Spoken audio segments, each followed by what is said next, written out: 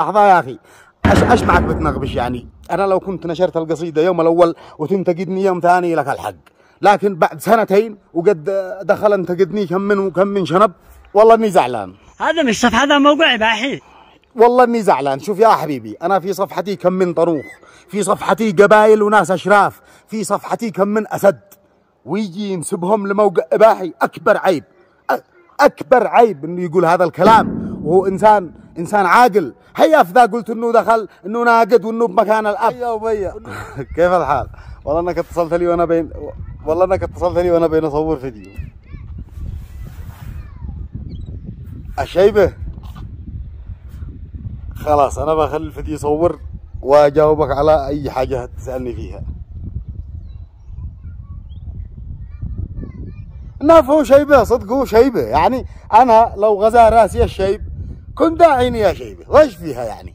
ما يا أخي، ما هو قال إن أنا قلتها باستحقار. هل سمعتم الشاعر أمس محمد الضراسي وهو يعيرني بالشيب؟ وأنا والله العظيم ما تلوهت لهذا الموضوع الاستحقار، ولا كان في حسي أستحقره ولا حاجة، بس هكذا يا شيبة يعني. يا أخي أنا قصدي ما عادش في زمان الطيش يدخل يدافع عن. يا أخي اسمعوا يا أخي، القصيدة لها سنتين وشوية من حين نشرتها. القصيدة لها سنتين تقريبا وشهرين أو 3 أشهر من حين نشرتها، ودخلوا لي ناس وكلموني وقلنا احنا آسفين على هذه الكلمات التي اديناها وقد انتهى زمانها. يعني لو كان به واحد كيف ما كان قد تاب الله عليه، وهذا عادوا جاي ينغبش بعدي، جاي ينغبش يدور ليش الضراسي قال سخون اجزت على اللازم مدري ما هو. قد تم يناقض وقبل سنتين الموضوع هذا، ما معه جاي ينغبش بعدي بعد القصيدة هذه اليومين. يا أخي اسمعني يا أخي، إن كان زعلان حين قلت له يا شيبة، إذا كان زعلان على الكلمة هذه أنا أعتذر له، وإذا أنا بين أصور الفيديو أنا آسف يا أخي، أنا آسف حين قلت لك يا شيبة. إذا زعلت عليها وإذا غزا راسي يا شيب قل لي يا شيبة، والله ما أزعل منك. يا أخي أنا اللي زعلني إنه قد القصيدة لها سنتين وهو جاي ينغبش بعدي. قال القصيدة الثانية دي فعلتها الأمل لهذه المانع لها يمكن برضو شهور، وعاد جاء ذا الحين يذكرها ينغبش بعدي. وأمس قدك فتح جبهة مع الشاعر يوسف شذان. يا أخي هذا بيدور شهرة، والله إنه بيدور شهرة.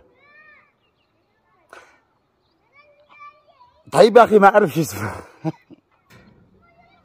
أنا شفت لها البث المباشر، وهو حين طلع وهو زعلان. ليش يقول لي الضراسي يا شيبة، يقول لي مدري إيش. طيب هو طلع، اسمعني أسألك بالله لا تحاكيت، أنا مشتيش أفتح الميكروفون بعدها هم يعرفوك. اسمعني أسألكم بالله يا متابعين، أسألك بالله وأسألكم بالله، هل في ناقد أو ناصح يتهم الناس بكلام شوعة؟ يعني مثلا أنا في البث المباشر ايش قال علي؟ قال صفحتي إني موقع إباحي، قال صفحة الشاعر محمد الضراسي موقع إباحي. حد ناصح يدي هذا الكلام؟ الله قال هكذا، والله إنه قال هكذا. وأنا بعرض الحين مقطع فيديو بالفيديو، وأنت عاد تشوف الفيديو والمكالمة هذه مسجلة،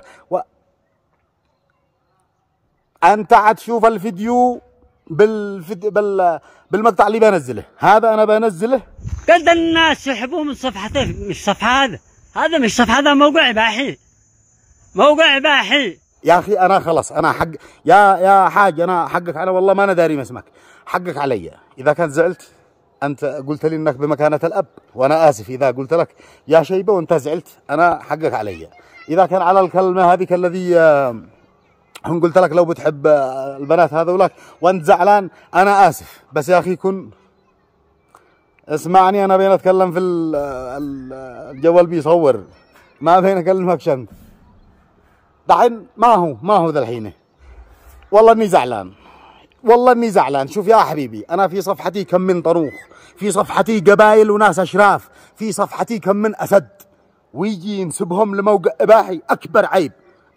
أكبر عيب إنه يقول هذا الكلام وهو إنسان عاقل. هيا ذا قلت إنه دخل إنه ناقد وإنه بمكان الأب يقول لا، يقول مواقعكم يعني صفحتكم صفحة موقع إباحي. حد يقول هكذا وهو عاقل؟ يعني خلونا احنا المجانين، خلونا احنا الجهال، خلونا احنا صغار السن طيشانين. إنسان عاقل يقول هكذا؟ ردة فعل. الحين قلت لك يا شيبة. طيب ايش معك بتنغبش؟ القصيدة لها سنتين وشوية. ايش معك بتنغبش؟ لحظة يا اخي، ايش معك بتنغبش يعني؟ ما هو انا لو كنت نشرت القصيدة يوم الاول وتنتقدني يوم ثاني لك الحق، لكن بعد سنتين وقد دخل انتقدني كم من شنب وقلنا له يا جماعة الخير زلت لسان ووقعت. يعني دخلوا مثلا من المتابعين حقي قالوا يا ضراسي الكلام هذا يعني ما يليقش في حقك بمقامك كشاعر وتقول هذه الكلمات.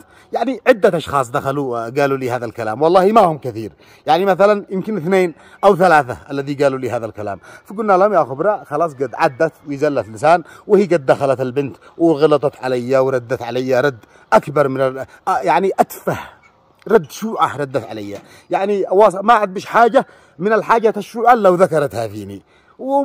وليش وين انت يا حاج؟ ليش ما دخلت تنتقدها حين ادت لي الكلام هذاك الشوعة والكلام هذاك الجارح؟ وين كنت؟ هيا اسمعني، ان كنت شاعر، اذا انت شاعر على ما بتقول انت شاعر وناقد و انا بجهز لك بيتين 3 وعلمني كيف يكون ردك. تحياتي.